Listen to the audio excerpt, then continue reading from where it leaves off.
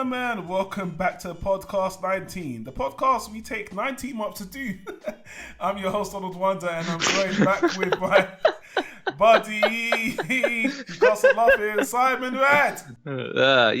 I'm glad to be here, especially since you took 19 minutes to set up the damn audio test. And I still sound far away from the mic, but guys, listen.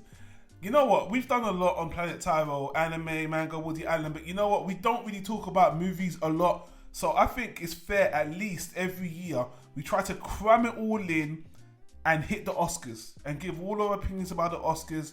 And last year, we made a big deal about the Oscars. We did a two-part podcast. We talked about the snubs. We spoke about the whole controversy with Oscars So White. And a year later, we're now in 2017. The Oscars are a few days away. And I have to say, Simon, we're going to get into it. Things have changed. And I think the world and the black community owes a big thank you to Jada Pinkett, because I'm telling you, what she did last year made a fucking difference. And now if we look at the Oscar nominations, we not only have got more cultural inclusion from the black community, but the movies that are nominated are actually quality black movies. I'll talk about that more in a minute, but I have to say, Jada Pinkett made a change. Oh yeah, she made a change in my life when I hit puberty, and she did it again, so thank you very much. So guys, man, I don't know what to say, man. The black movies, I'll list them off now. We'll get into details later. We've got Fences, we've got Moonlight, we've got Hidden Figures, we've got 3 documentaries, the 13th documentary, I Am Not Your Negro, and the O.J. Simpson Life of O.J. So we've got some and actually these have got very critically praised movies. There's one movie I didn't mention, which is the Oscar snub in my opinion, but I'll leave that till later because we'll talk about that very shortly. But before we continue and talk about the Oscars as well, I just want to say, man, I watched all of these movies except for the O.J. documentary and the I Am Not Your Negro, and they were of a quality that I have to say, at least the Oscars, or these guys that are picking us, nominating these movies or whatever, at least they didn't pick movies that are too token, that are just, let's pick that movie. Last year, the black people made a upheaval, just throw them a bone. These movies are actually pretty of decent quality. I might not have loved them, and I'll get into it, but I think at least a year later, I see a substantial, noticeable difference, which honestly is awesome. I 100% agree with you. I mean, all the usual suspects for throwing a bone at them are missing. You know, the Cumberbatches, the Eddie Redmaynes. We don't have another Brooklyn this year. Remember that movie, Brooklyn? I thought it was okay. Well, you're the only person that actually remembers it, because sure as hell I don't. I don't even know what it was about. The only thing I remember about it, how unmemorable it was, and why the hell it was nominated for an Oscar. I know it had something to do with Ireland. That's about it. But it was set in Brooklyn, so there you go. Cold. That's very cold and unfair, Simon. You know, I think you're a white racist. I think that's your problem. This immigrant girl goes to a new land, even though she's not black, and she finds love. She's torn between 2 men. This is an all-American story, Simon. Yeah, exactly. That's my problem. I love black people too much, and I hate the Irish. How did you put that together? Oh, fuck 2016. Let's move on to this year. And, man, we're going to cut this one a little bit short because I want to jump straight to the snubs. There's 4 movies this year. Okay, so that's the most exciting part for you. I know why. I know that. Let's start with the movie, because I know you really enjoyed one of them. Surprisingly enjoyed one of them. And that movie was the one people were anticipating, like, you know, in June, to be up there for a lot of nominations. Yeah. And I'm talking about Birth of a Nation. Birth of a Nation, if you guys don't know, Birth of a Nation is a movie about the biggest slave rebellion in history, true story, that actually failed. And it's about, I think the character's called, is it Nate Turner or Nate Parker? I'm actually confusing the real life.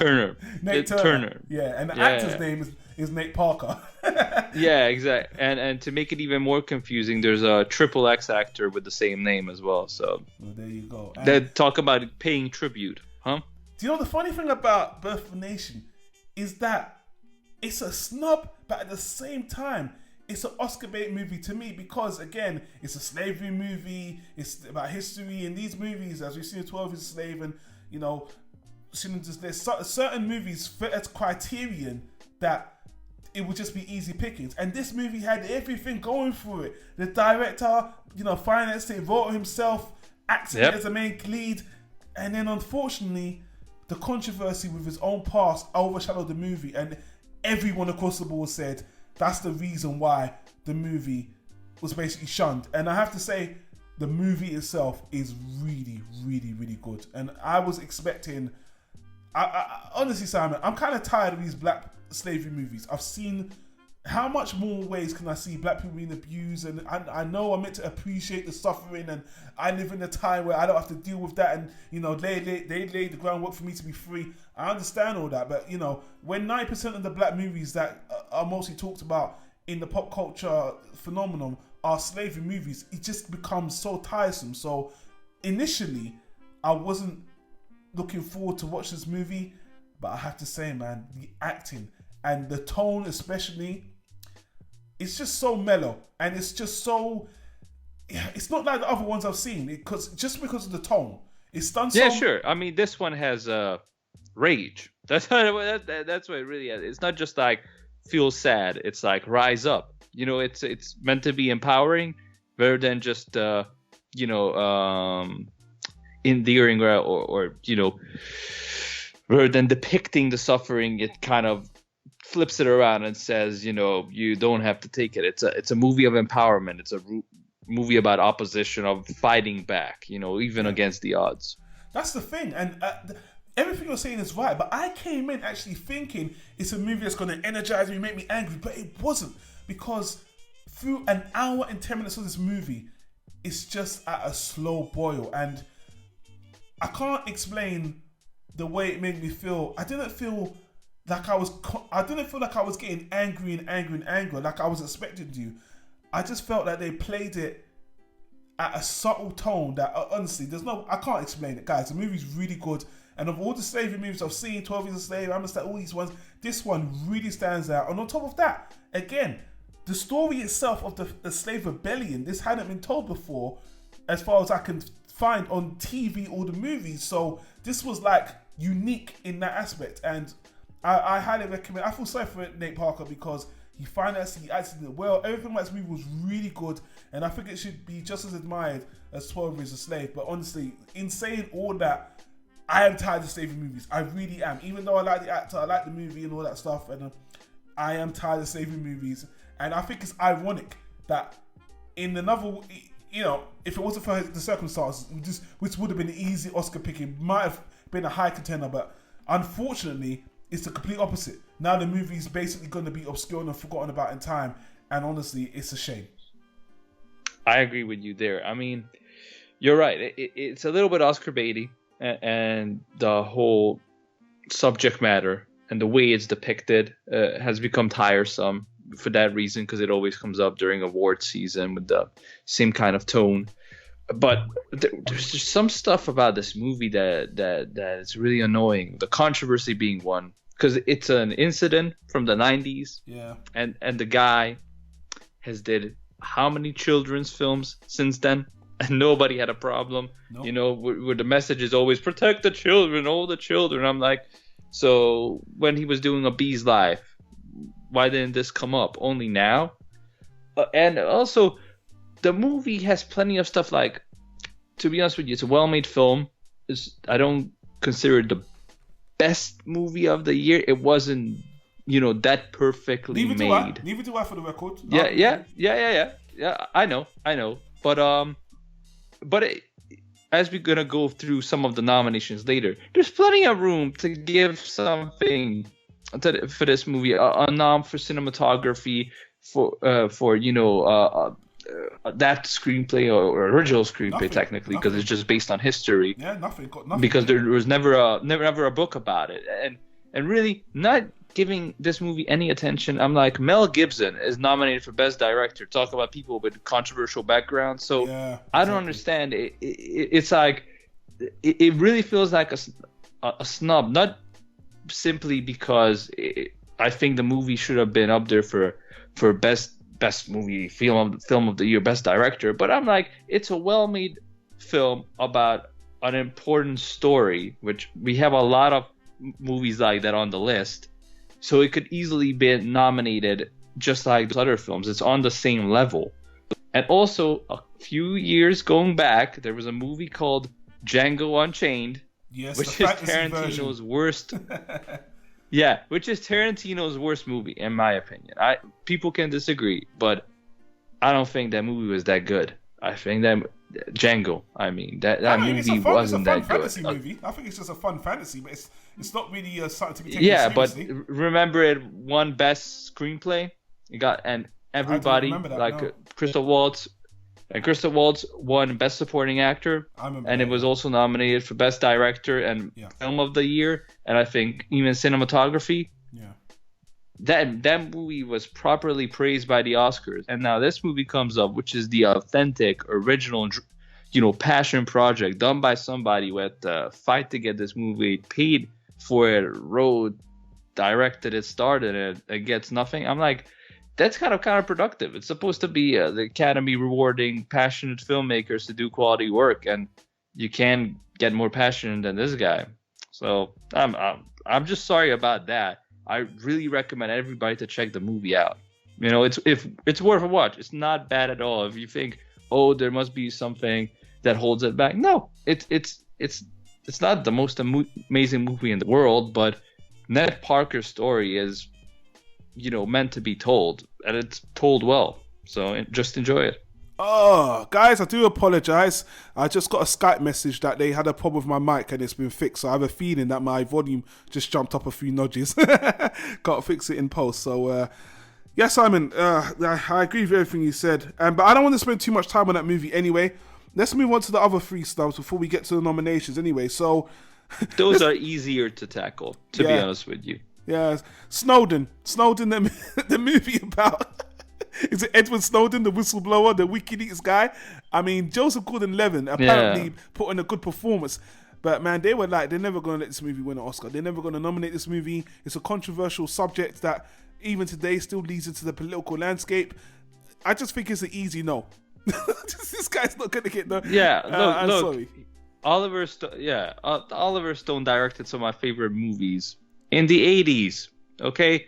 Like, ever since, one of my favorite movies is Wall Street. And when he did Wall Street 2, I was like, man, something got lost.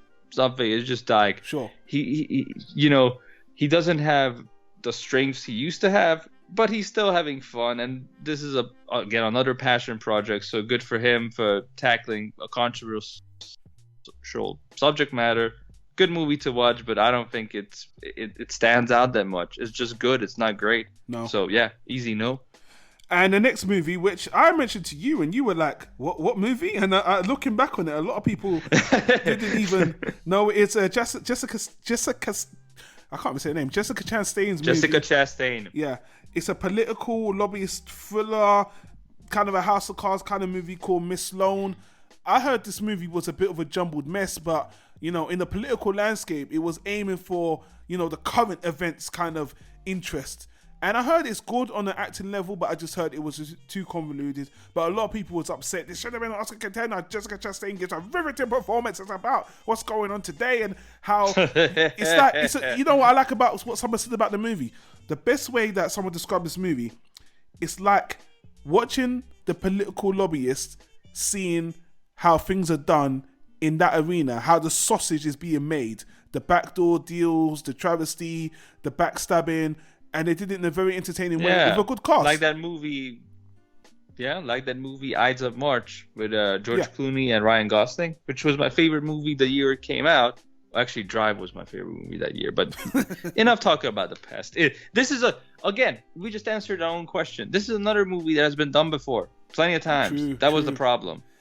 And on that note, we get to the last snub, and I'm gonna put you on blast, Simon, because before we recorded again, you mentioned this movie to me, and I said Oscar, but honestly, most people online have said this should have been considered. But let's be honest, this has this genre of movies is gonna take forever.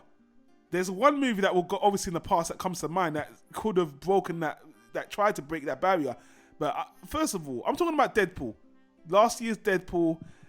it was like a critical and fan darling. People loved it. Ryan Gosling passion project. It was so great. Da, da, da, da. Man. It's the other Ryan. It's the other Canadian. Oh, sorry, Ryan Reynolds. I've got them all confused. The names, Ryan. Look, man, superhero movies and the Oscars, no. Just no. It's just I don't see it happening. I know the Dark Knight. The Dark Knight was close. The Dark Knight had the potential. Your favorite movie of all time, Simon, but I don't know. Of the decade. But Heath Ledger got it. Heath Ledger got Best Support, which is well deserved. But it's not the movie. That's what I'm saying. There's a difference I mean, in the movie.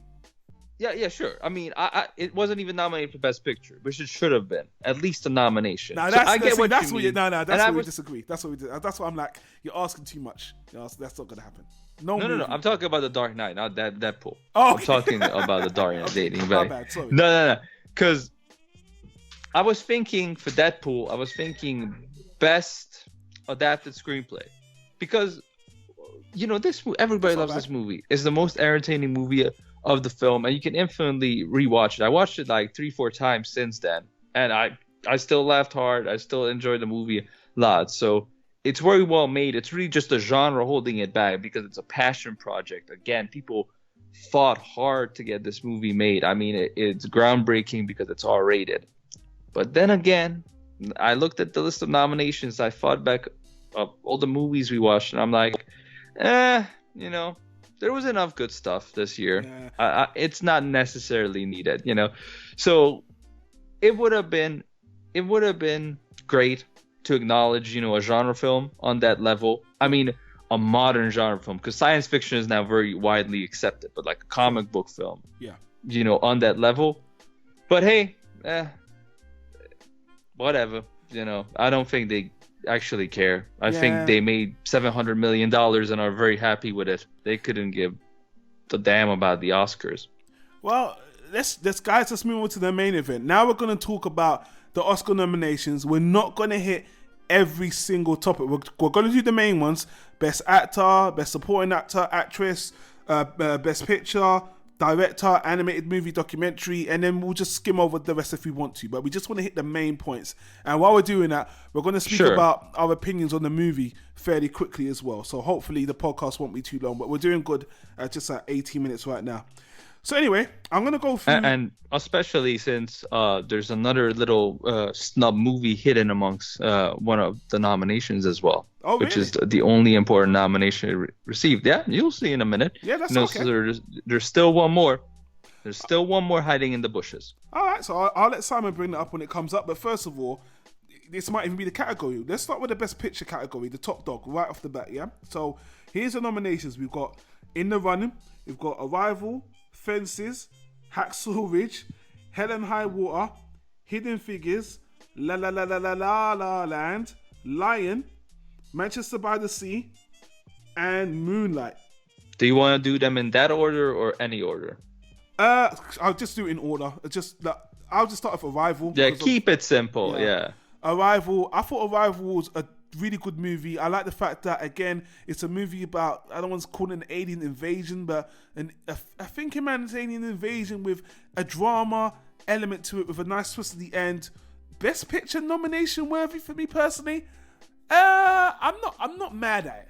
I'm not mad at it because honestly, as far as you were talking about just genre a moment ago, sci-fi, this might have been one of the best of sci-fi last year, and it was very understated. So yep. I'm not mad at it. I think it's okay. For me, it's like, I don't mind that being in the Best Picture category personally. I thought it was an okay movie. I liked it. This was the movie I was referencing actually when I said that sci-fi is widely accepted, because this is their sci-fi nomination and kind of their bone they threw at the fanboys. Like, see, we got one of your movies in here. This is last year's Mad Max. It's the same kind of nomination of they don't want to do something that's too popcorn or too summer blockbuster, but still up there in the science fiction, category. And I'm really happy for the director. He's a guy who watched the first Ridley Scott Alien and understood why it's a really good movie and just applied that. We haven't seen this in a while since District 9. Yeah. Where even District 9 turned more action-packed towards the end. It was closer to Aliens than Alien, per se. This movie stuck to its guns and kept it a thinking man's movie, from beginning to end. It was very well done, just the right pace. And it is what science fiction is all about, imagining a scenario and developing it to the core, thinking about all the different possibilities, doing it realistically, engaging the audience, making you invested in the situation and how it plays out in realistic terms when the internal logic of the movie is consistent.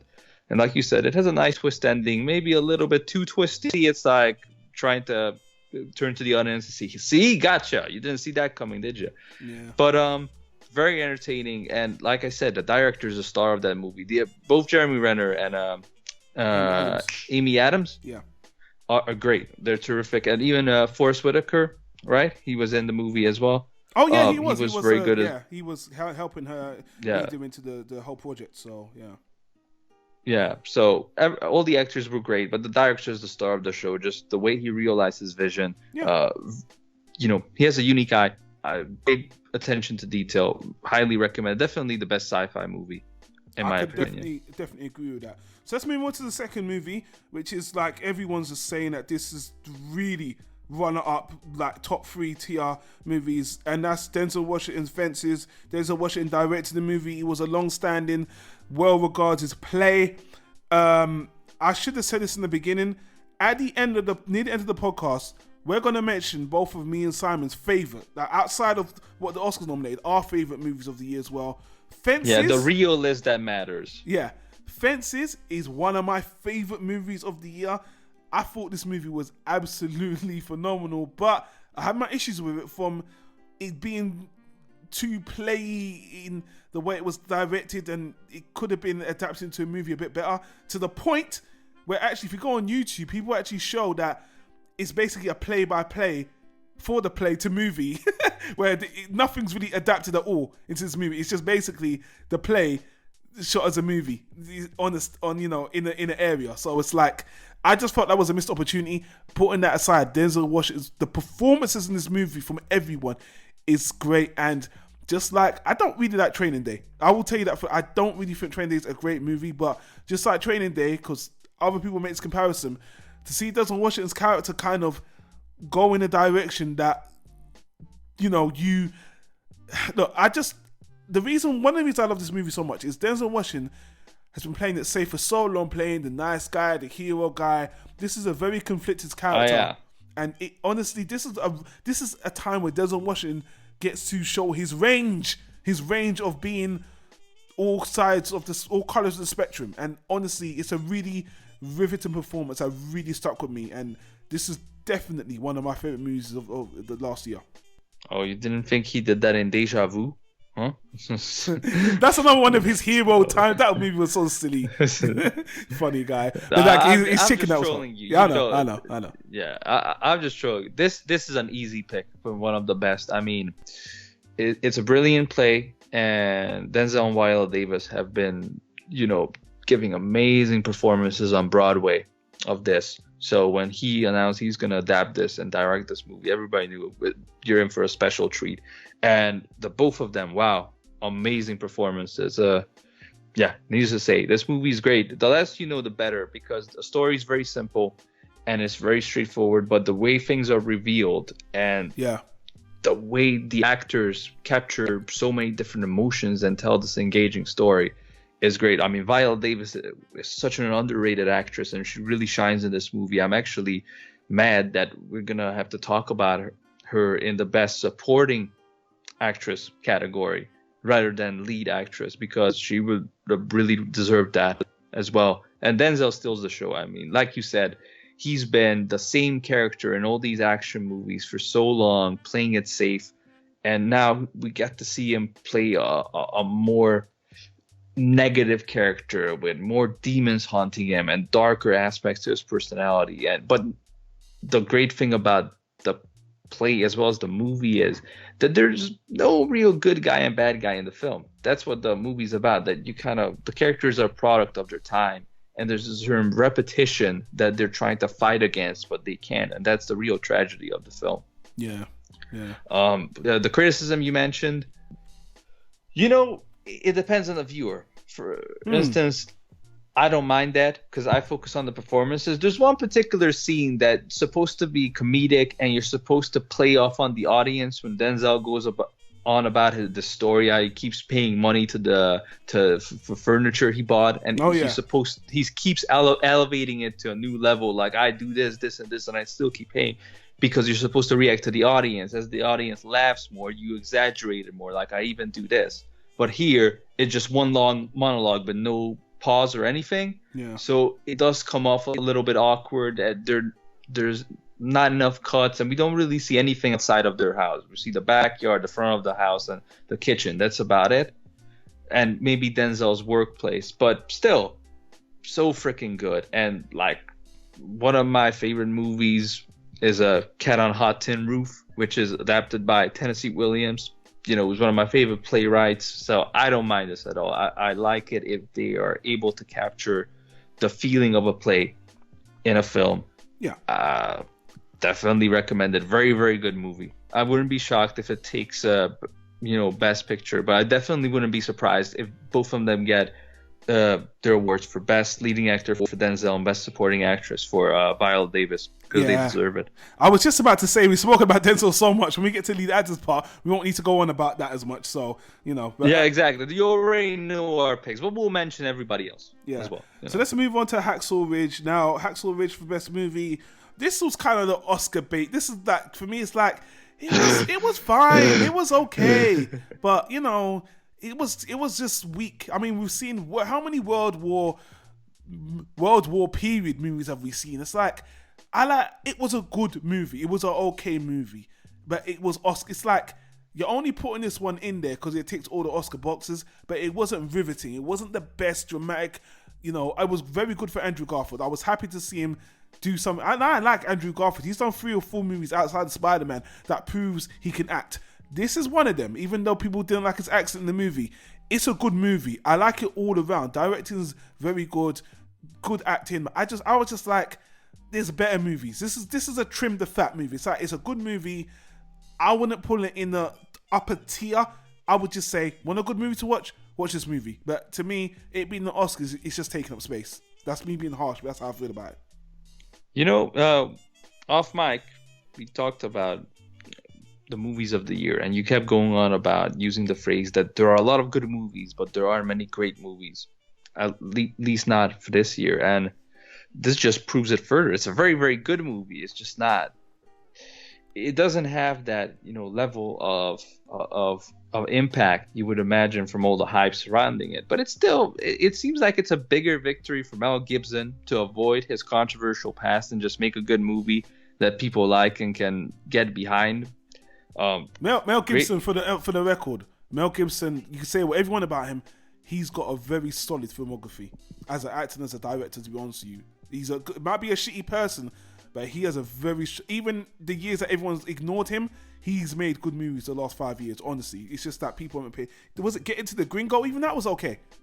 But that was okay. Yeah, I agree. And people criticize that his movies are, they have some flaws in terms of historical accuracy. It seems like he addressed that in this one a little bit more, because they basically show you a whole reel of historical footage and interviews of people talking about specific scenes from the movie, like how they played out in real life, just in case you were wondering if that really happened. I actually wish I never did that. Actually, that was the part that ruined the movie. I was like, I just want the movie. I don't want don't mix the two. This isn't a documentary. Don't mix the two. Just give me the movie. If I want to learn, I'll read it. I'll watch a documentary. I don't want to. That actually ruined the movie for me. Brought it down a lot. But even apart from that, the movie wasn't great, as you said. So first of all, I love the female actress in it. I saw her in Lights Out, which is one of the horror movie surprises of the year. So I'm definitely looking forward to seeing more of her in any sense of the word. But I'm an atheist, so to get me to root for somebody who's basically a fundamental Christian, or like a very dedicated Christian main character, that's impressive. And the guy is a phenomenal historical figure, an amazing war hero, and an amazing feat, amazing story. I've definitely would put it up as one of the great war movies. Yes. As in a modern war movie since the classics like The Dirty Dozen. It's definitely up there. It's just the genre is not that competitive. Where if this came out 10 years ago, it would have been an easy winner. I think this would have easily been a Best Picture winner. Period. Yeah, absolutely. So there you go. That's the best summary of the film. A little bit late to be Best Picture of the year, but definitely as a war movie, very, very solid, very great. Yeah. So let's move on to a movie that Simon's got a lot to talk about on this movie. Oh my God, this movie. Oh. Hell or High Water. And by Hell or High Water, Simon's going to give you his opinion. Now, I'm going to go first because I'm sure Simon's got a lot to say. Please, this movie, do. I have to say, man, one of the most impressive things about the movie was the marketing campaign. I kept on hearing about how great this movie was for like a whole year. Chris Pine, Jeff Bridges, another guy I can't remember. You know, it's a down gritty movie about crime and da. When I watched the movie, all I kept on thinking was, "Is this it? This is simple." I didn't understand why it was so beloved, and to my utter surprise, to get a Best Picture nomination, even more perplexing, because the movie. My problem with the movie is that this is again another okay movie, and not an okay as Hacksaw Ridge. Hacksaw Ridge is very, very good, very, very okay. But no, this is, what is this doing here? Why is this here? I don't know what. I've seen this movie 100 times before. I mean, Hello High Water, great title for a movie. I think the title did the movie a lot of good marketing as well. But the movie has just been done 100 times. It's so simple. And the performances aren't that riveting to even garner a Best Picture nomination. I don't know how it got here. Honestly, it's just the lowest of low. It's a TV movie. This is a TV movie that I don't hate. That's just like, Best Picture for real? You've seen this 100 times. So I have no idea what this is doing here, honestly. I'll be honest with you, man. This movie's straight up trash. I'm sorry. Like, I sorry for the director, because I see what he was trying to do. He was trying to make it realistic, and this is how West Texas is, and it's nitty and gritty, and you know, there's no Hollywood ending. And I'm like, I don't care. Your movie's still garbage because it fundamentally doesn't work. On an emotional level, it doesn't work. It's about two hillbilly good-for-nothing jackasses robbing banks. That's it. And you're supposed to like sympathize and root for them when you see their emotional backstory, how they grew up on a farm and they have nothing but their guns to protect their family. They don't even go into that, really. If you get one scene, but it's like root for their brotherhood. I'm like, they can go to hell. Like, what is wrong with people? I am so sick and tired of this mentality that if you're some bumfuck trailer trash hillbilly jackass, you get a free pass to do any kind of stupid shit, like any kind of crime, because I just didn't know better. I just did it for my family. I wanted to protect my family. I need to do what a man's got to do. I'm like, shut the fuck up. You wanted to protect your family? Why didn't you get a different job? Why didn't you go back to school? Why didn't you move state? Why do you think this movie got so much traction? Why do you think this movie's got Best Picture? Because I'm confused. I think, I don't know, maybe this is their bone to conservatives or something, but I'm like, it is so stupid. It is such a stupid movie. I mean, the two main characters are idiots. They're fucking morons. And I mean, I'm going to say something harsh, but nobody does a movie called Osama bin Laden, The College Years. Okay? Nobody does it. Nobody says, oh yeah, he was a terrorist, but let's look at his romantic side when he was still in school. I'm like, nobody does that. This movie's all about, they rob banks, but they're also family men. Oh, Chris Pine also has a family. You guess that he has to look over his family. He has to protect his family. The real crooks are the banks. I'm like, yeah, banks do a lot of questionable stuff. They don't even portray the banks as bad people. Even well, at the end, it's supposed to be like his end mission. When he gives you the monologue. Yeah. But still, the first component in any bank scheme is stupid. You need to be stupid for them to screw you over. Like that, it's still like it's so terrible. Get a job, okay? Get a job. So what you're saying is that this is one of your favorite movies of the year. That's absolutely. All time. Like, if they wanted to do a conservative movie, I got a movie that was very good. and directed by Clint Eastwood. It was called Sully. That movie was solid. Maybe not best of the year, but I'll take it any day over this garbage. Sully is a story of a real American hero. This is a story about two jackets that should have been, it's basically it's a great movie for pro-choice. Because their mom should have gotten an abortion straight up. There you go. All right. God damn it! You're going too far, Simon. Let's move on before your Chris Pine fans. This trash ass movie, man. These actors got fan bases. Chris Pine, Jeff. These guys got. I like Chris Pine. Yeah. I liked him in Star Trek, but the movie's still garbage. His character is still garbage. Absolute garbage. Well, let's talk about some unsung heroes. On our next movie, we're talking about Hidden Figures. Now, boy, my sister did not like this movie at all.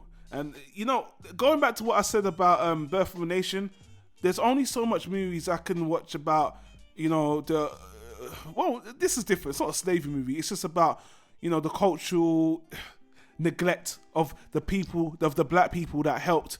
It's a segregation movie. It's a movie about segregation. Thank you.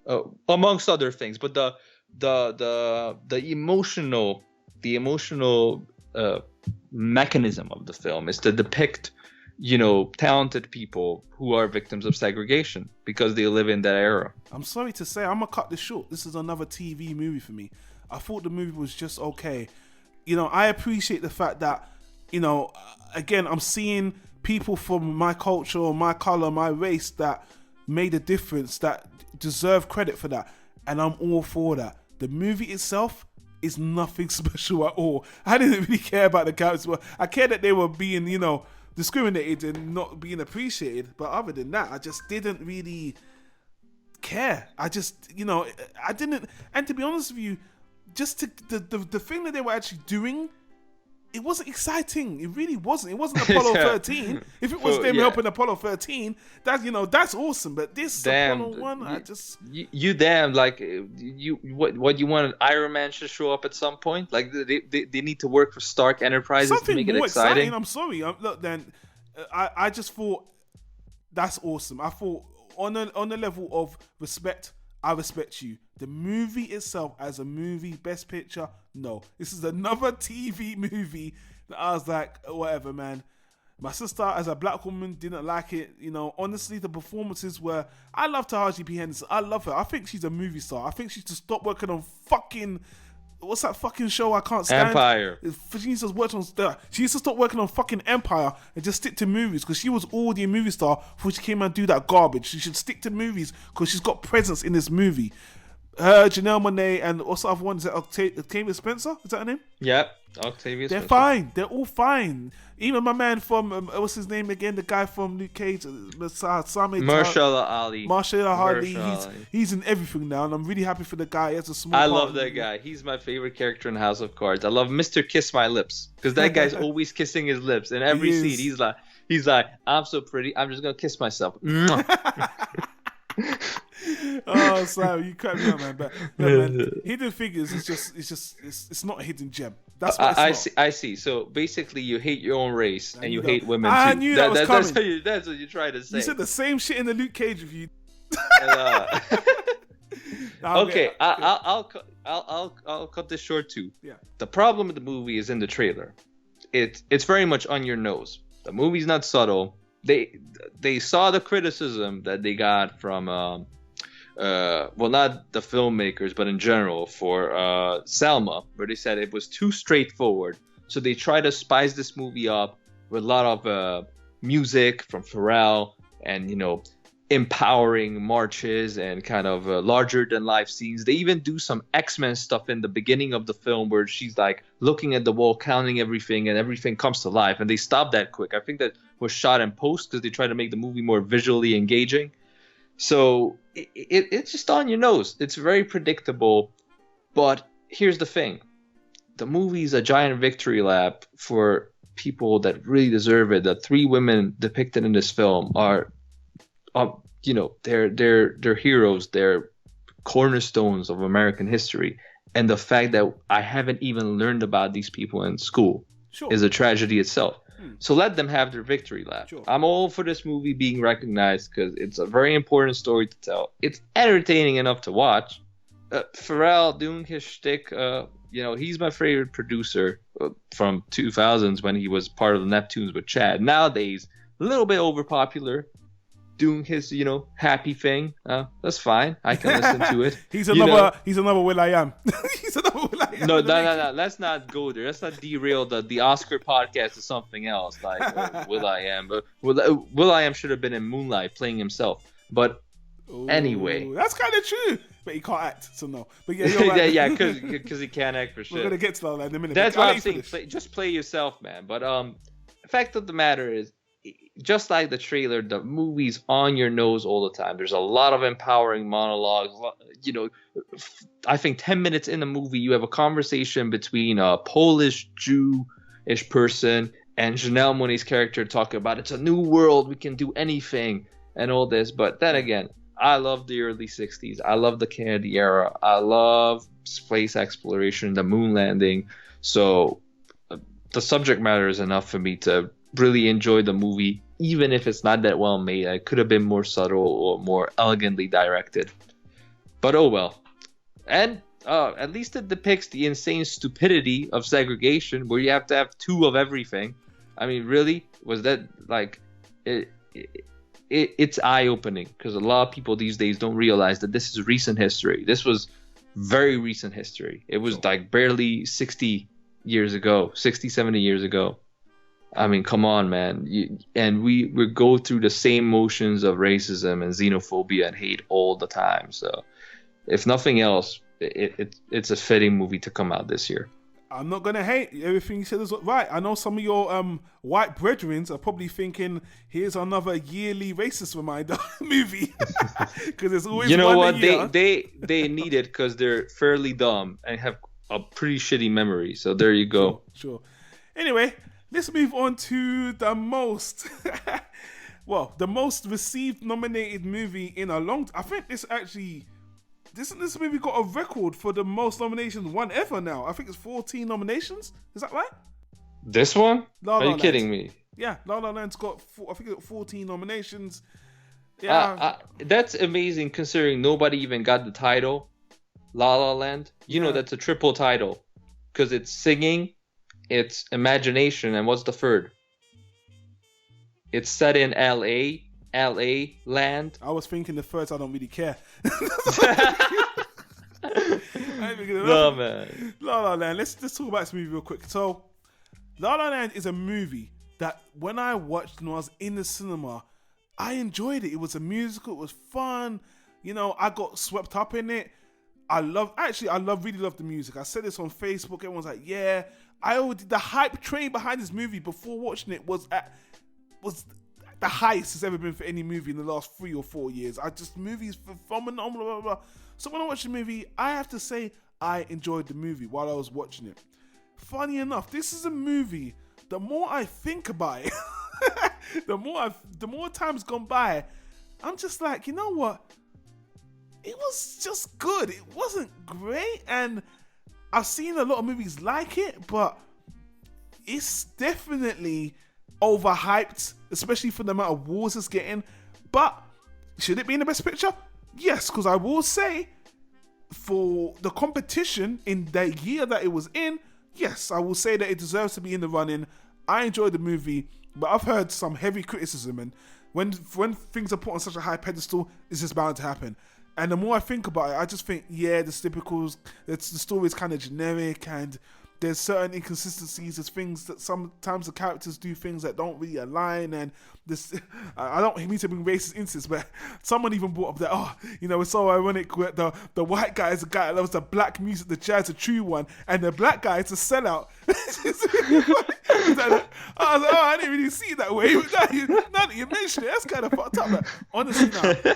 But the movie tries to play it out as one is a realist and one's an unrealist. So, the movie's good. I like the movie. It deserves to be where it is. I think it's being blown way out of proportion. And, it's probably going to win the Oscars. It probably is. It's not my pick, but I think it's going to win the Oscars just because there's so much fanfare behind it. And the director as well is becoming a beloved darling, a very young guy with not only whiplash, but this behind him as well. I'm very happy for the director. So all I got to say, it's a good movie. But the more I think about it, it's not the greatest movie. It's even, it's a good movie. Let me just leave it at that. Is the beauty of marketing that they nailed it. Like, they nailed the cast with Ryan Gosling and Emma Stone, because people like them a lot. Presenting as a romantic movie and a musical, something that's like an event, a treat that you need to be part of because everybody's talking about it. There's enough buzz, so people feel like they're obligated to watch it so they don't miss out. So this movie is doing extremely well. I mean, it's still in cinemas. A lot of these movies are on for like a week or two and they're just kicked out of the theater. You snooze, you lose. That's why we keep missing these movies, because you need to be on point if you want to watch them, even if they get all this critical acclaim. But not La La Land. This is still going strong because it's doing very well commercially. In terms of the hype or the extreme hate this movie's getting, I don't get either. I think it's just a victim of its own success. To summarize the movie, if novelty has merit, then the movie excels. Because that's really it is. It's a novelty. There aren't a whole lot of musicals out these days. So this is the only one. That's why it gets all this attention. I don't think the musical numbers by themselves are that strong. The main theme, City of Stars, is very good. But, it's not like every single number just knocks it out of the park. If this would have come out at the height of musicals, it wouldn't definitely not be a standout film as much. But it pays tribute to that. So it's another kind of nostalgic journey back in time film. And it's a bit flawed. It's quite pretentious in my opinion, and a little bit self-indulging. And like I said, the musical numbers aren't that strong. The actors are odd picks for dancing and singing, which makes it more impressive on their part that they can live up to it. But at the same time takes a lot out of the actual performance.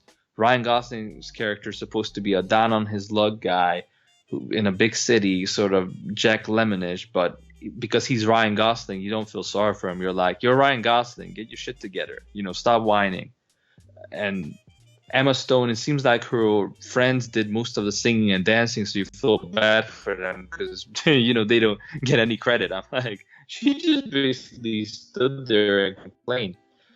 That's why a lot of people turn on the characters in this film. But you know what? The ending makes it all worth it, because the fact that they're flawed characters plays into the not perfect Hollywood ending that the film decided to go with, and that really made the movie work for me. It actually managed to get me emotionally invested and kind of, I was kind of feeling it, which is impressive considering it's like I said, it's kind of a self-indulgent, pretentious movie. So having a good ending that makes it all work is impressive, even if people walk in like, this is gonna be a mind-blowing musical, or the songs, I'm like, it's all right. It's all right. It's a novelty-driven movie because there aren't a lot of competitors around to do it. We'd love to see Channing Tatum, who is actually a really good dancer, tackle something like this, but we'll see. You know what? I'm not gonna hate on the movie. The movie gets enough hate. It's rewatchable. The ending ties everything together and justifies the flaws. And like this, that song City of Stars is really good. Yeah, I said it all over Facebook. I love City of Stars, especially the one with the rendition with Ryan Gosling on the bridge, taking the black woman from taking the black woman from the old man. Give me that. Give me a wife. Okay. To be fair, as somebody who lived in LA, it does nail some of the emotions and feelings you go through living in that city. So sure. Another bonus point. Sure. So let's move on to a movie. And guys, for the record, I will say this. I didn't watch every single movie on this list, and this is one of them. Don't tell me. Oh, you haven't seen Lion. I have not seen Lion. So, Simon, you're on your own. You got to tell me about Lion. Is he lying? Is this a lion? This movie lying to me? Just shut up. Just stop the corny ass puns. All right. So to go with the theme of good but not great, this is a nice, very well done movie. Again, true story, very inspirational about an adopted kid who decides, I'm gonna find my parents, or at least my mother and my brother, so basically his family, who's still back in India while he's living in Australia with his adopted family. And that's it. That's the whole movie. Very simple, very straightforward. I'm glad it got some nominations, even though I think some of them are a little bit too much, like best film. I don't know, because it's just a very straightforward movie. But Dave Patel, he's a great young actor. Lesser actors than him, Nick Holt, have gotten way more recognition. So it's really good to see him finally, get his bone, get his little, tap on the shoulder, like, you're all right, kid. I'm really enthusiastic about him growing into being a leading man, and he's great in the film. Yeah. But for those of you who haven't seen it, like a certain someone on the podcast, just so you know, the whole thing of him searching for his mother and brother and him being adult is actually a relatively small portion of the movie. The majority of the film is him getting lost as a child, and it's basically the worst of tour of 80s India. Because any bad thing that can happen to a kid in India, he goes through it in the first half of the film. So it's a heartwarming story.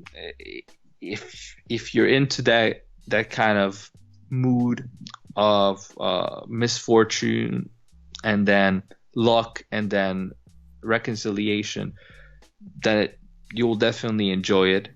Sounds like another TV movie. yeah. I don't want to go on about it. The movie's hard. It's in the right place. Dave Patel, Nicole Kidman are all good. But yeah, it's a good movie. It's not great. It shouldn't be up for movie of the year. The actors, especially Dave Patel, I'm happy to see him recognized. But movie of the year, nah, man. Birth of a Nation and another movie we're still getting to could have easily replaced this. Okay. Well, next movie up is another one that's getting so much talk. So much reverence. Manchester by the Sea. This is a movie that coming into it, I was warned, it's very tense, very dramatic, all that stuff. You know what really surprised me of the movie? For such a movie with such a dire tone, especially when certain things are revealed. It was funny, wasn't it? That's it. It had a sense of humor. This little, I'm not going to get into too much spoilers, but one of the characters, like one of the younger characters, like the nephew character, this little pissant, this little bastard, he reminded me of you. He reminded me of you. This little player, this little bitch. I liked it. Look, the movie was really good. Now, Casey Affleck is getting. We're going to talk about the next category with the best actor. Man, yeah. You know what? Let's just say it for there. But yeah, it's his movie. Yeah.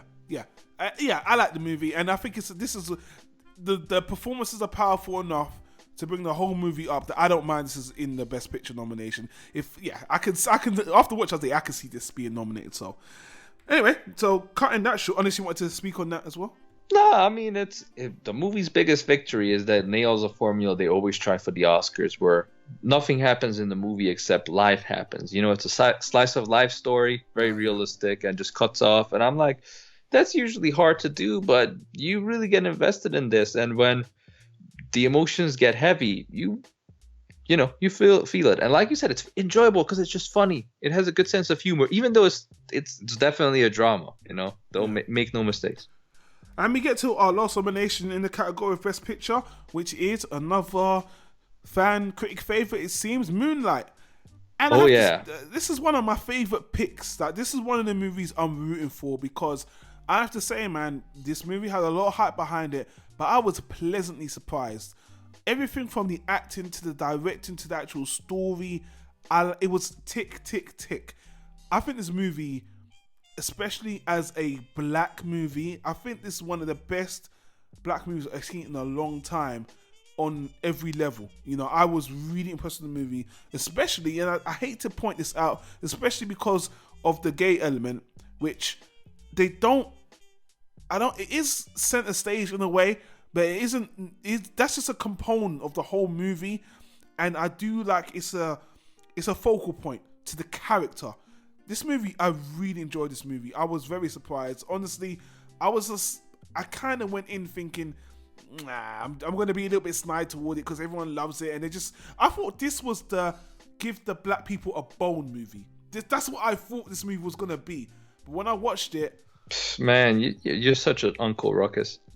If you say so, but I'm telling you, the movie won me over on its own merits, and this is easily like the one of the top movies for me of the year, and I'm glad because it's from head to toe. It just ticks all my boxes.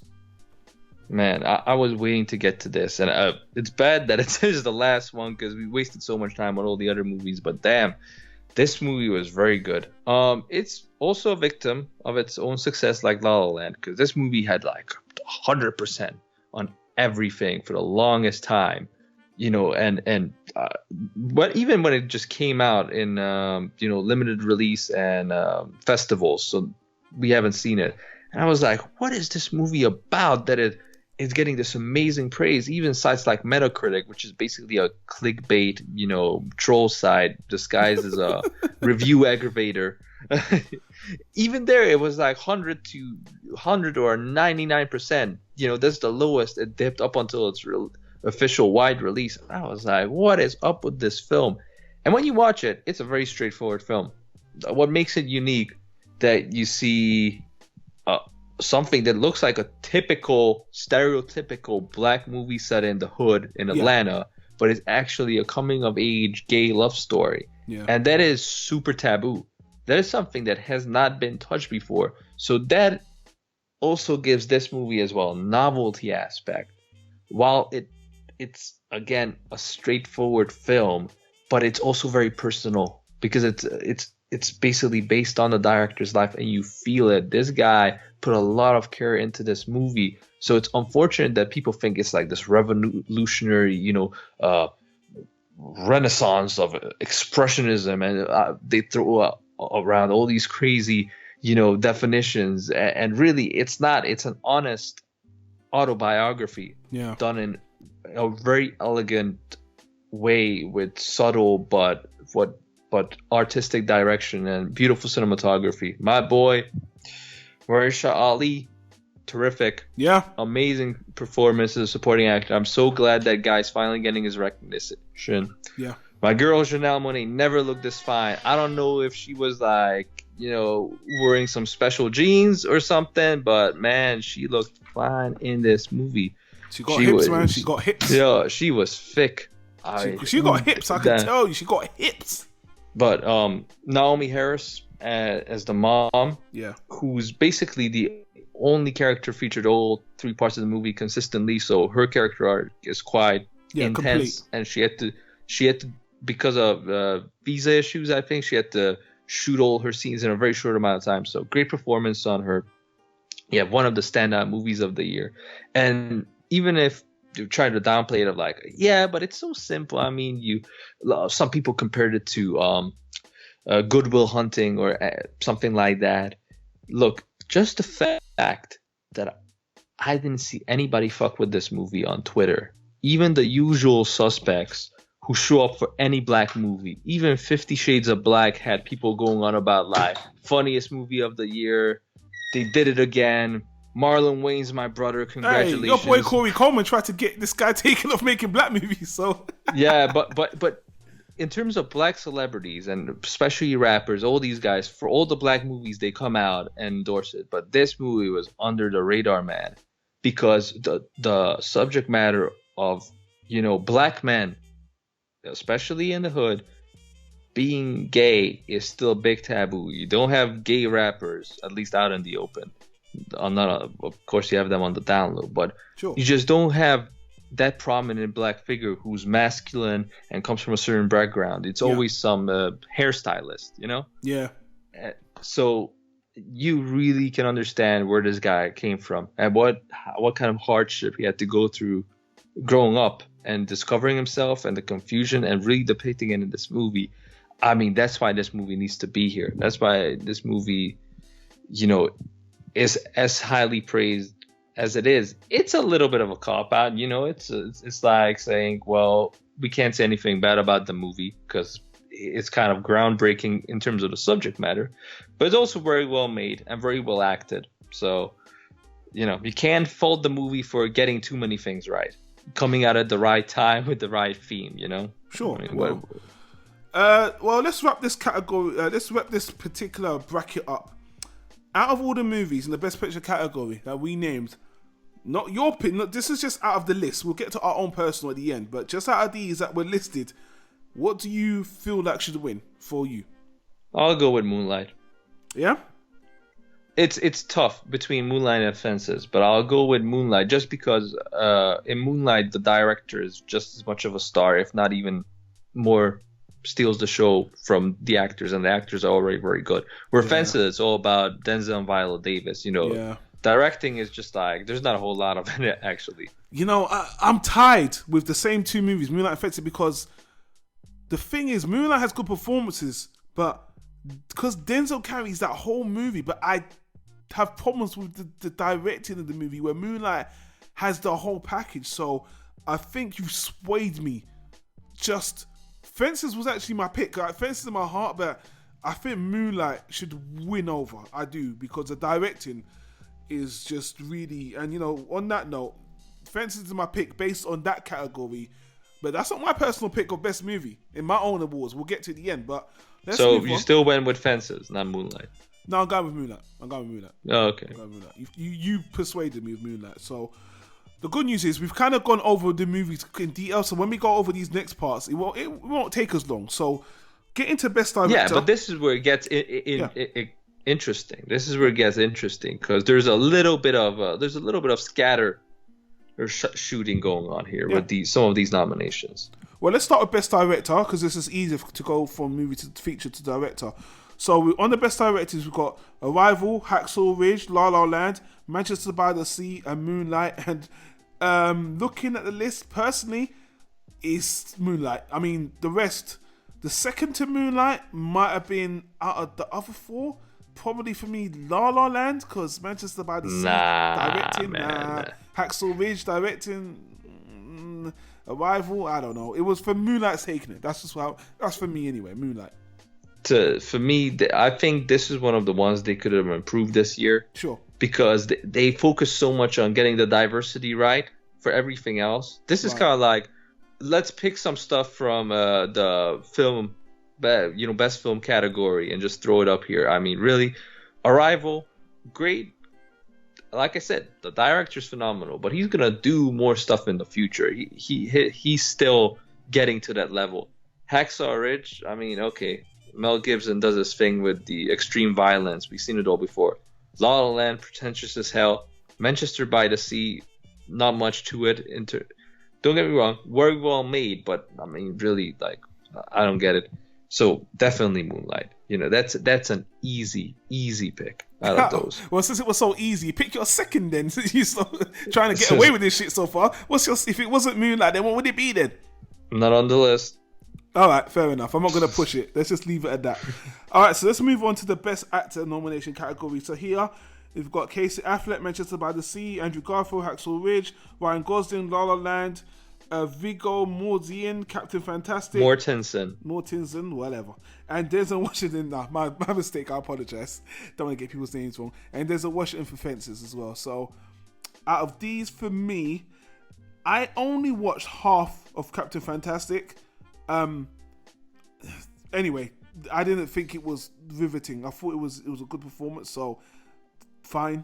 Fences, for me, it's Fences. It's easy. Denzel steals the show, but damn, all these years, nobody told me Casey Affleck could act. I always just assumed he happened to be on set visiting somebody, and they just kept him in the movie. Well, I don't mean to shit on him a little bit, but maybe if he opened up his mouth more, that would have exactly. The boy needed to learn to talk. That was it. What was the thing holding him back? He didn't speak. It's kind of hard to act without words. Well, that's what people are misconstruing as great acting. Him not speaking. That when he's a great actor, but he's opened up his mouth. No, actually. So I don't know, man. I don't know. I thought he was great in the role, but I don't know. I've seen him act with his mouth and his managed for like 10 movies.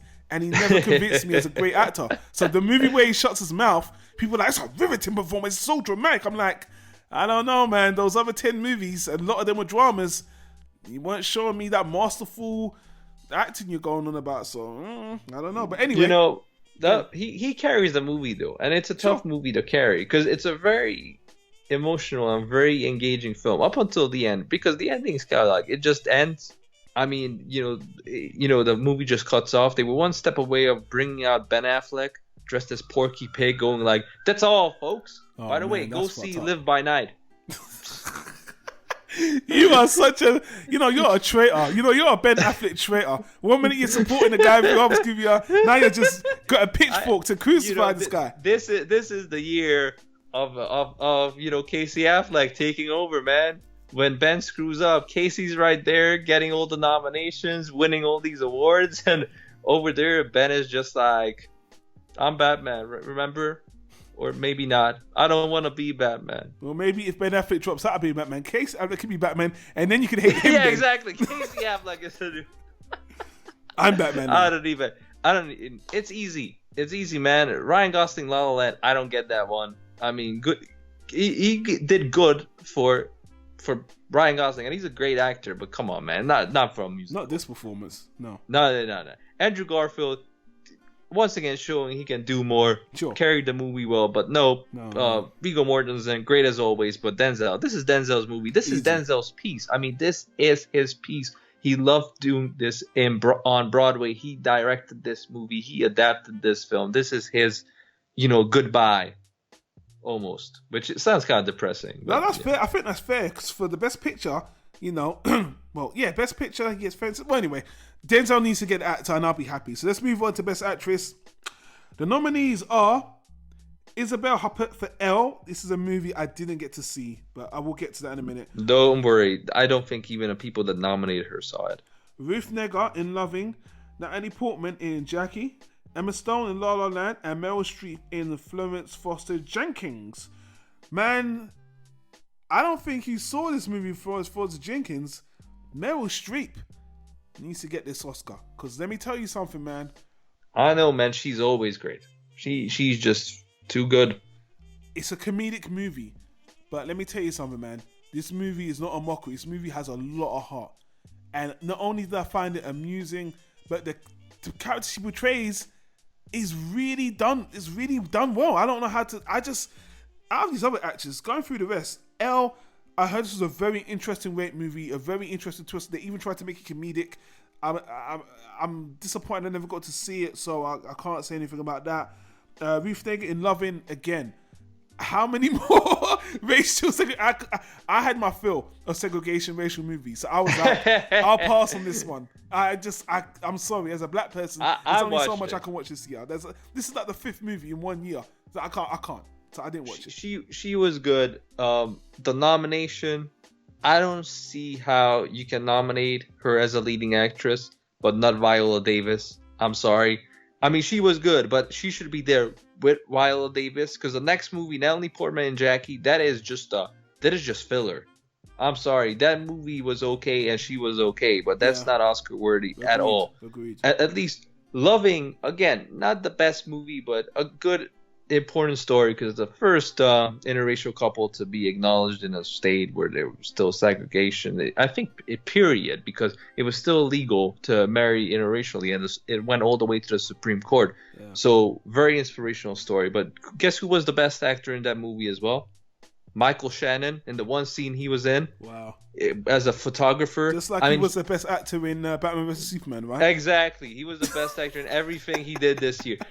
I'll tell you one thing. As the photographer in Loving, he was a better Jimmy Olsen than the Jimmy Olsen they had in freaking Batman vs. Superman. The one that was in the movie for 5 minutes and got shot in the head. Exactly. He got shot in the head. But the Michael Shannon stole that little scene as being a different character, showing his range. But yeah, a very cute love story. I recommend watching it. And Ruth Negga, I thought she was good in the movie, but not Academy Award winning good. So this is more like a shout out nomination. Isn't that another TV movie? I mean, that looked like the most TV movie awarded them. Loving. It's only because, usually this would be a throwaway movie like Brooklyn or something like that, or that British film that I don't even remember, or that other film with they got a British film coming up called United Kingdom. Actually, it looks the same. Exactly. It's the same kind of thing. Yeah. And also there was that movie with I always get them mixed up, either Rooney Rapace or the other chick that played a girl with the dragon tattoo. Remember that movie? Oh, yeah, I forgot her name. I know what you're talking about, yeah. Yeah, so there's always... Rooney Mara? Rooney Mara, again. Yeah, exactly. Rooney Mara. Let me get it right. That's okay. And basically, they always get these filler nominations. I'm like, finally, we switched it up. and it brings more attention to Loving. Again, not the standout movie of the year, but still good, still worth watching. More so than Jackie, which again, watch it if you like. It's a good slice of it's really Kennedy story, but we have better movies about we'll get Kennedy. we'll get back to Jackie later, because I will talk something about that. But Emma Stone, La La Land, again, no, she was fine in the movie, but Oscar performance, no. So you say just give it again to Meryl Streep. Meryl Streep really did play. She won it easily. The movie, I don't think I watched any of these movies more than twice. This was a movie I watched more than twice because it was a nice family movie. It had a good heart to it. It had a really good message. Even what's his name? Her male co-star, I can't remember his name right now. Hugh Grant. Hugh Grant was great in the movie. Even the other guy who's a smaller actor. The movie is a fun movie, guys. I implore you to check. It's just a really fun, light family movie, but it's done so well, and she steals it. And to be honest with you, to sing that bad in the movie, that takes talent. That even Simon Cowell. It takes talent to be. You have to be really good to be that bad. Exactly. Is that what you're saying? That's exactly what I'm saying. I hear what you're saying, but the more I thought about it, I'm like, not only Viola Davis got snubbed, but Amy Adams should have been. She could have been on this. Yeah. Actually, she played. Yes. And because this was her year, and the movie she did after Batman vs Superman was like cleansing. Like she was like washing up dirt, basically being baptized or something. I mean, she really would have deserved. I wouldn't even say winning the award. She would have deserved to win an award for best leading role. And Viola Davis, again, she got the nomination for support. She should definitely win. So that's my input. Who I would have given it to isn't up there. So Meryl Streep, fine. You'll give it to me. You just pass it to me. There you go. Let's move on. Yeah, let's move on to best supporting actor. So we got Mahershala Ali for Moonlight. We got Jeff Bridges in your favorite movie, Hell or High Water. We've got of course, Lucas Hedges in Manchester by the Sea. We've got Dave Patel in Lion, and we've got Michael Shannon in Nocturnal Animals. There you go, finally. Yeah. That movie got snubbed like nobody's business. Everybody thought that movie's gonna be, an Oscar bait. Everybody loves Tom Ford. It's a very artsy-fartsy movie. Yeah. Very well made. People and I hated enjoyed it a lot. I actually did a review. I didn't understand why people hate this movie so much. I read a lot of reviews. People said this was the most pretentious. The story, it was like a non-story because the main story was a fake story in the story. So it was a non-story because it was a movie in the movie type of movie. Like, it was similar to that Bradley Cooper movie, Words, where which I love that movie. A big bulk of the movie is a story of a book. Basically, but that stories are real. Both of those stories are true stories in that movie, though. Even the book story is a real story in that movie. Wait, in this one, it's kind of a real story as a metaphor. True. Either way, it's hard. Yeah, I think I'm gonna have to go with Mahershala Ali. No. That to me, this is easy. Mahershala Ali, easily. I mean, I love Michael Shannon, but Mahershala Ali, great, but. The reason why I was looking forward to this, because not only did Michael Shannon do consistent great work, even Midnight Special was a really good surprise. Damn, that movie was great. Yes. And I think that's why he showed up in Loving, because his co-star from Midnight Special is also in Loving as the lead actor. I'm blanking on the guy's name. Very talented actor. He was in a lot of good movies as well. The Gift, Warrior with Tom Hardy. Yes, you're right. Australian. Oh God, I can't remember his name. You're right. Oh well. Yeah, his agent needs to work on that because he's a phenomenal actor, but he has to get his name more out there. But Michael Shannon, a very consistent year. And Nocturnal Animals, people snubbing this movie. This is a weird year for that because a lot of these typical movies like Birth of a Nation, Sully, and this that were sure Oscar noms got completely ignored. It's not even snubbed. They literally went out of their way to ignore them to kind of avoid that trope, I guess that Oscar trope, which makes me question why stuff like Jackie and freaking Hell and High Water made the list, because that's really, and even Lion to a certain extent, minus Dave Patel. And again here, who am I looking for? I'm looking for Lucas Hedge. I guess so. I mean, he's a young actor. Best wishes, but really, he was that little bastard that reminded me of you, right? Yeah, maybe. Yeah, I'm like, just nominate me. Just jump over the middleman and just give it to me, okay? You know, he was really good, and to be honest with you, he played the perfect teenager. He really did. He was like a young adult and also a vulnerable. He was really good in the movie, and to be honest with you, the fact he was nominated is enough. He's a young actor. He can carry that nomination, put it on his IMDb creds. He's already got an accomplishment that's gonna serve him well. So honestly, just him getting a nom is enough for him. So good to him, and he did really well in that movie. So let's move on to the next one because we've still got something to get through. So to be honest with you, this one is actually, to me, looking at the names here, is kind of the most competitive. That I'm like, I could actually have a good think about this one. I'm talking about the best supporting actress: Viola Davis for Fences, Naomi Harris for Moonlight, Nicole Kidman for Lion, Octavia Spencer for Hidden Fences, and Michelle Williams for Manchester by the Sea. I have to say, man, although I didn't see Nicole Kidman in Lion because I never saw Lion, those other performances were pretty good. Even though I feel different about the movies, those women, the four women, Viola Davis, Naomi Harris, Octavia Spencer, and Michelle Williams, they did good work in those. So I'm like, this is a fight. This is someone I could go with. But for my pick, it's probably gonna have to go with Naomi Harris. Wow, what? Get out of here. I mean, no disrespect. If Viola Davis wasn't there, Naomi Harris. But Fences doesn't work without Viola Davis.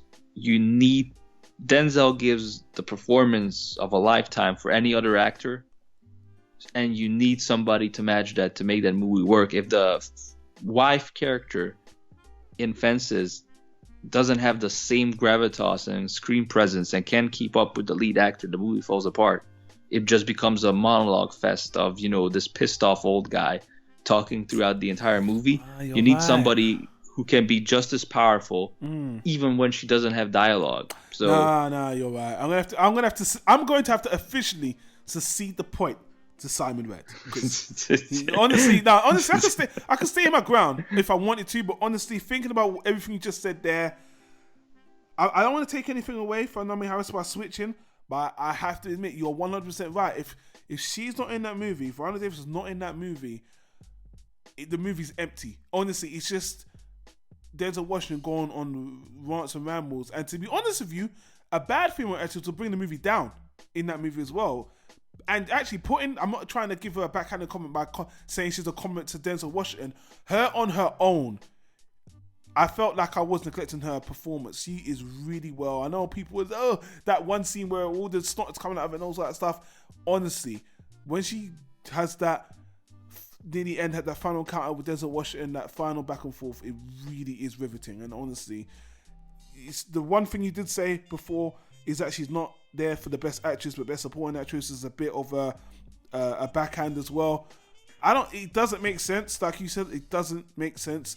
But I guess the way they had to think of it was they probably looked at the time that she was in the movie compared to his. Oh, and come on, man. Now we comparing time is like... That's what they must have done. I wouldn't have done that. I'm just saying that I don't understand how they came up with that otherwise. I think they punked them because Naomi Harris also did a great performance, and now she lost her category because she is a supporting actress in Moonlight. So I think they messed this one up. They should have put Amy Adams and Viola Davis for best leading, and Naomi Harris for best support. Could have won it, but I have to go with Viola Davis. Okay, so we're going to get to the next section, and we're going to skip a few because actually we're going to wrap things up because we're only going to talk about a few briefly. But one I want to focus on, I'm playing Tyro. We're major fans of animation. So I do want to talk about the best animated feature film category. So we're going to start with this, starting with Kubo and the Two Strings, Moana, My Life as a Zucchini, The Red Turtle, and Zootopia. Again, this is a very competitive branch we've got here. And good year for animation. For animation. And I have to say, man, most people are glad they didn't give that fucking, hate to swear, that fucking Pixar, that seat that's always reserved for Pixar. That seat that's always there no matter what they do. And for once, they use their goddamn brain, and that Finding Dory is not here. So sorry, Finding Dory. But no, you're not in the runnings this time. This is a hard list for me. Let me tell you something, man. No, it's not a hard list. Actually, sorry, Kubo. For me, it's Kubo. And here's the thing. I was waiting for it. I'm like, why are you beating around? No. Here's the thing. I know what you're gonna say. I know you, motherfucker. No, here's the thing. I saw all these other movies within. No, actually, I saw Zootopia even before Kubo, so that's not true. I saw The Red Turtle and Moana 3 days ago.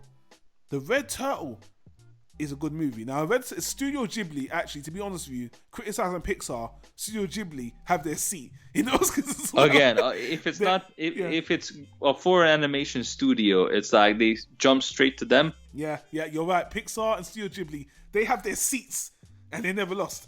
The Red Turtle, it was really nice. It's got no dialogue in the movie. It's basically, of course, it's basically like a fairy. No, it's like a fable. It's like a really nice fable. And you know what? After watching it, it stays in my memory. Zootopia. Come on, it's a great movie. It really is a great movie. It does those themes really well. Racism, prejudice for a kids movie done really well. But I'm sorry, man. Moana, digitally, the animation's gorgeous. The story was okay. The story just was okay. The Rock. I'm actually surprised it got nominated because it's kind of like it's all right, but I'm like, you sure you couldn't find like a French animated film or something to put in there to get a little bit of recognition? I mean, really, Moana. I would have watched My Life as a Zucchini if it was playing anywhere, and then we could find it online, but just couldn't get access to it. So all I could base it off was on the trailer. To be honest with you, I don't know. It kind of looks like a pity nomination because the reviews I saw as well. They were just like, it's just okay. It looks like like a comedy school drama. But I have to say, man, Kubo, it's got the heart. The story is a simple story. Yes, I keep hearing that. I'm praising it. It's a very simple story. But the story is very simple, but it's beautifully done. Great characters, fun, memorable characters. It's a good adventure. The animation, the stop motion is gorgeous. It ticks all the boxes. Zootopia would have been second. Red Turtle would have been third. It's a strong bracket altogether. But Kubo had my heart, and honestly, I hope Kubo. And honestly, because the studio is suffering as well, I just think it really deserves to shine. The movie's really good. I bought the movie. I put it on Facebook. I bought the DVD as well. I'm not just talking out my ass. I think Kubo is very strong. I think it's a safe bet that Kubo is gonna win, just to support the studio and give them their well-deserved credit. You say that, but Zootopia could win. So I'm gonna piss you off. Because I would love to say Kubo because stop motion animation is hard work, man. I mean, what these guys put behind these movies is nothing short of amazing, especially the quality they achieve with those fight scenes and the effects and when they go into the storm and the different weather and environments. I mean, the movie's a visual wonder. But Zootopia, man, they got me. It's an easy trick. Put animals in there and with real life issues and, make it cute for the kids. It's a good simple movie. Trick. No, man, you're not going to get complaints from me. It's a very good movie. And honestly, those two were very good too first, in my opinion. So I can't hate you for that. So I just switched them around. But the rest, I agree with you. But I just like Zootopia a little bit better. I'm actually going to buy it myself and rewatch it a couple of times because it's just very good. And Idris Elba, man. I love him doing cartoon voices. He's great. Honestly, I will say this about Kubo as well. I'm admit something I shouldn't. It's been a long time since I should have taken the movie. Kubo, man, got to me emotionally. Me and my nephew, even my sister, all three of us. The whole cinema was kind of shedding tears at the end. I know you, Iron Giant with no heart, couldn't care less, but the movie got to me. Yeah, I actually snoozed a bit. Nah, I'm kidding. Nah, I was just eating popcorn. Everyone was like crying. I was like, I wonder what's the next movie again? What's the next movie on the list after this? You'll look at the time, won't you, to get out of here? Yeah, I was like, what is Live by Night out already? I can't wait to pre-order my ticket. Nah, I didn't even watch the movie. All right, so lastly, even though I didn't watch every movie, we do documentaries of the month. I'm only going to go through this really quickly. And then 13. There you go. Done. Yeah. I didn't get to watch the others. OJ Made in America. Look, I watched the OJ series last year, the FX series that was really great. I mean, that won all sorts of awards from the Golden Globes. The movie, that series was great.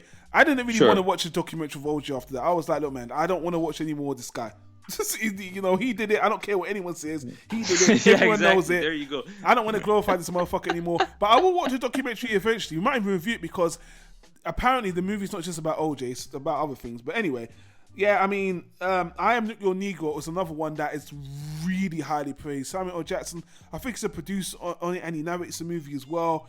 But again, how many black segregation racial movies do I have to see before I have my fill? I'm sorry, there's so much of them that I tried to watch it, can't see it on cinema. It's not out on the UK yet, and can't stream it at anywhere. So I'll watch the movie. I might have viewed as well as a documentary in the month, somewhere later in the year. The 13th, the documentary is absolutely phenomenal. It's educational. I don't want to use that word, but it is. It's very educational for if you don't understand fundamentally the injustice and even some of the criminal practices with the US judicial justice system. And to be honest with you, I said this in the review because me and Old Boy did a review ages ago, last year for this. I'm sure this kind of injustice applies to other countries. The shit that's going on, this kind of corruption can be applied in other countries. And I'm sure, I'm looking at you, Russia, because I've heard some stories about Russia with this as well. Maybe not black people, but other people.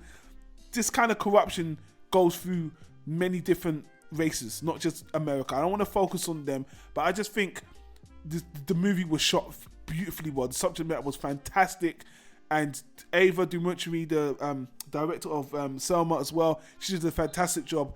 And this is going to win. I think this is going to win without a doubt. Yeah, absolutely. Go watch it. Everybody needs to watch that. Very, very good documentary. But Simon, I'll let you take the reins. Is there any other because there's so many other nominations I don't really want to get into. But if you want to, that sums it up, man. This is the main theme is a lot of good movies, not a whole lot of great movies, and they did good on the diversity, but they traded up for a good roster of actor nominations. So they did well with the picture nominations of highlighting a diverse profile of movies, but they neglected a ton of movies that could have been there. Not a ton, but at least, 3, I would say. Sully, Helen High, almost got me. just be honest with yourself. Because I always thought like if you want to find a good Texas movie, Nocturnal Animals is a good freaking Texas movie. That depicts Texas. You can tell the truth, right Simon. Way. Hello High Water is your favorite. You can tell the truth.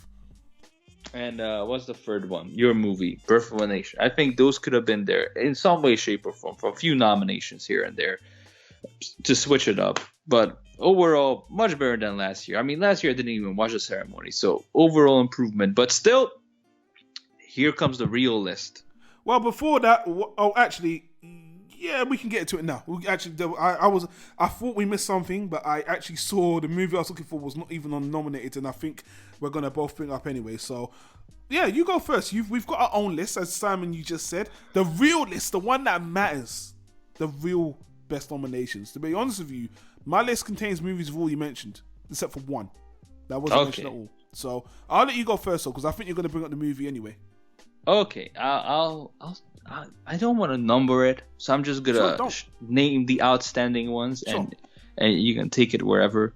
So I'm gonna go with, let's say, I think Sully was good, so I would put it up as one of the best of the year, along with Nocturnal Animals, Fences, most definitely, Neon Demon.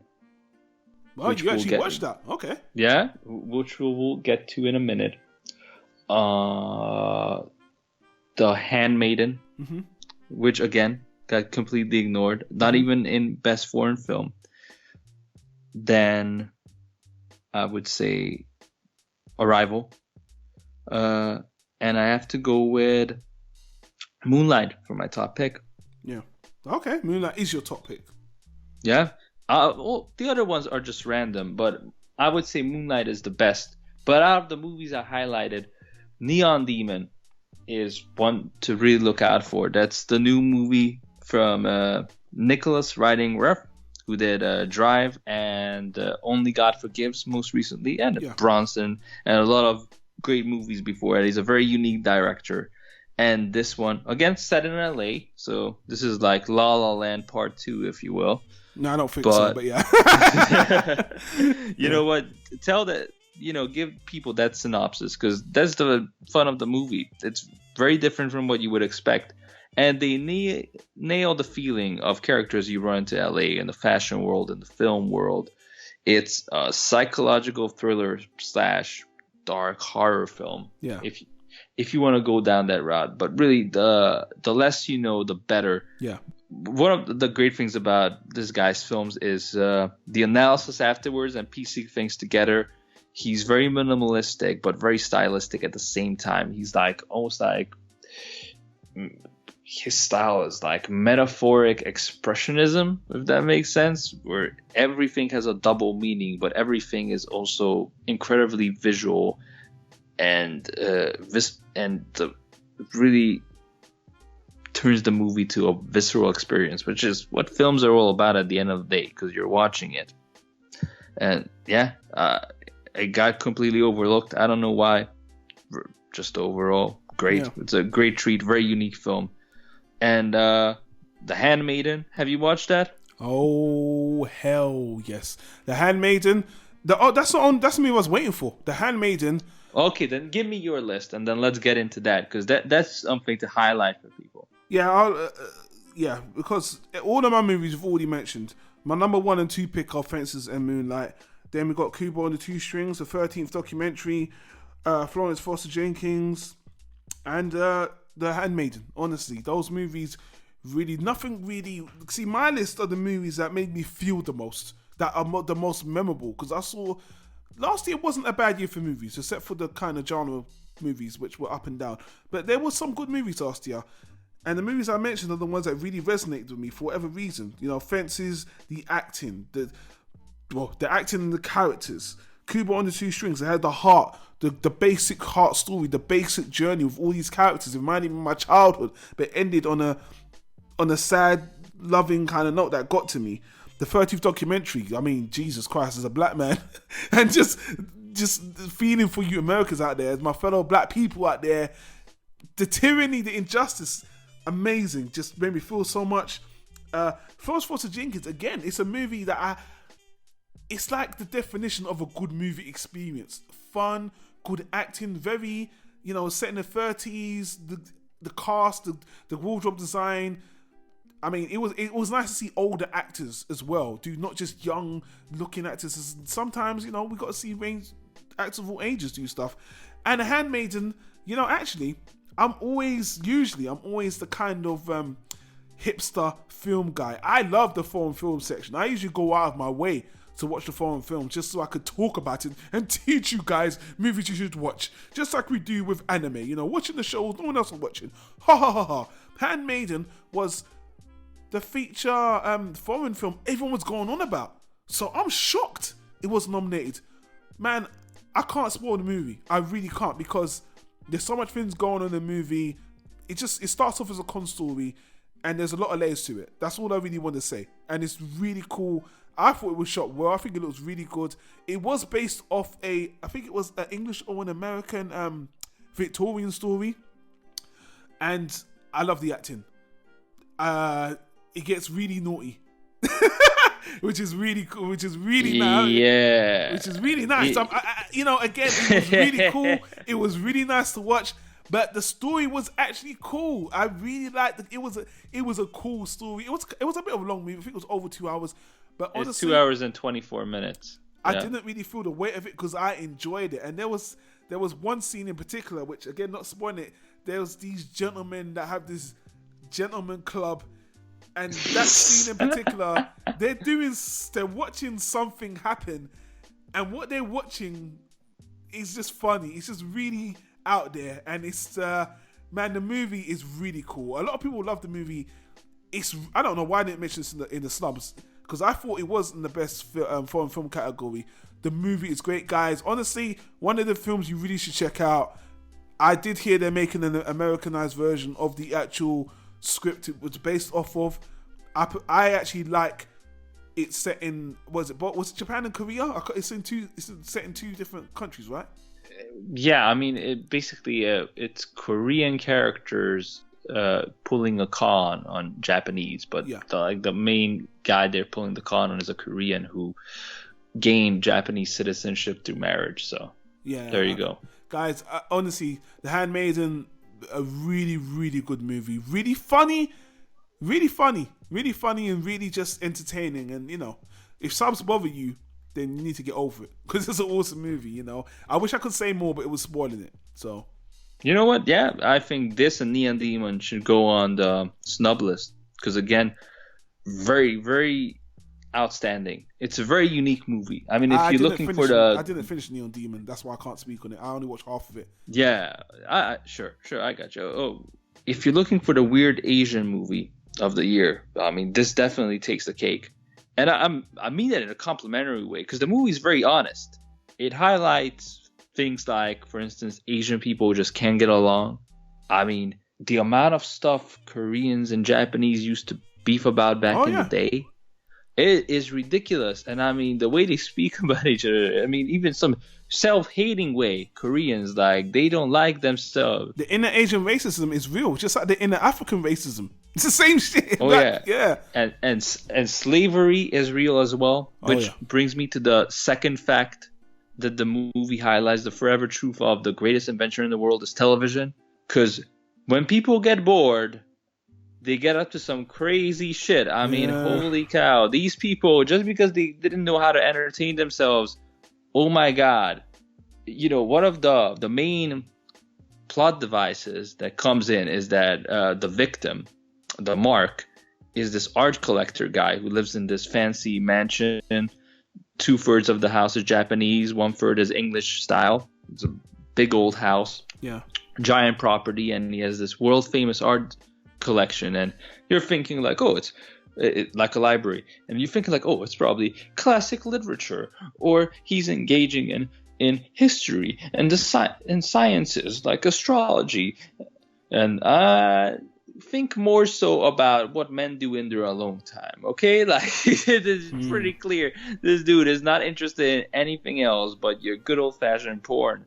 And even that's not cutting it. But no, it's the movie takes everything to a whole different level, and that's just the halfway point, because then it turns around and says, oh, you thought you were watching one movie? No, you're watching 3 movies simultaneously. The only fault is that, and this might be a cultural thing, but both the editing and the directing is a little bit clumsy in the beginning because they're setting up so many surprises down the line. But the camera work is really weird. We have a lot of weird panning shots. And it's like an anime movie, so it's really, really long. There's a lot of flashbacks, a lot of weird introductions where you're not sure, is this a flashback or is this happening real time up until you get further in the story. It's not done very well or elegant. But it's meant to throw you off a bit for the later on reveals. But still, I mean, some shots just look silly because it looks like a cartoon where all the characters are lined up next to each other, you know, standing still, and it looks kind of fake. It's almost like somebody took a picture of a theater play rather than watching a movie. But I'm sure if the right people break down, the movie's filled with visual references and everything's very symbolic, down to the color of the different kimonos and the background images, wall paintings, what kind of flowers and what kind of plants they use. Everything is a symbol of something and a mythical story retold. So it's a very clever film. There's a lot to explore and just very different. That's why I enjoyed it. It's a very different film, and the story takes it away. The story is full of surprises. It keeps you guessing and introduces new elements. It's very entertaining, even with the odd editing and directing. It should have been, again, this could have gotten a nomination. I don't know what's going on with this one. It really is a missed opportunity. I agree with you. Best 2 movies of the year are Moonlight and Fences. Yeah. But this is in that backlog, man. And I have to say, man, going back to what you said in the very beginning, man, we need to give Jada Pinkett credit because maybe she didn't speak up last year. We wouldn't have got these 2 movies. They wouldn't have been considered because honestly, man, there was such a backlash to Jada Pinkett. And honestly, I don't even diss Will Smith because even he had his arm's length away from her. He was like, yeah, I support her, but, you know, I don't think we should do it. I'm like, he weren't, you know, standing strong next to her. And honestly... See, because Will already shot Collateral Beauty, so he knew that his Oscar was in the bag. He knew that, I got this in the bag. I mean, Best Actor 2017, you know, Collateral Beauty, Smell Whiff. Ooh, right Jesus Christ, Collateral Beauty, boy. That's every year they look for the worst movie of the year, and that was just easy. It's a shame, and it came in right at the end. They already had their bad movie. They were like, the year's over, we got our bad movie. Then Will Smith came in right at the end after Suicide Squad. Like, no, I got one more entry for y'all. Big Willie, Big Will. I miss Will Smith, man. I had enough of this.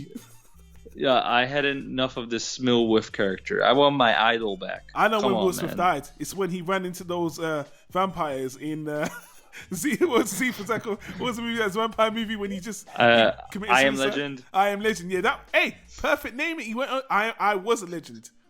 Then he just smashed himself into zombies, and that was the end of him. I actually think that was the last movie that people really loved of his, by the way.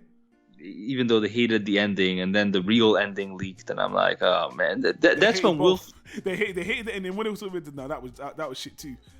Yeah, man, that's when Will Smith was so good, and he made so many good movies in a row. People nitpicked everything. People couldn't be pleased, even though they loved the movie and they were all successful. Well, whatever. But I think that covers it, man. I think we talked enough about everything. You didn't say much about Sully.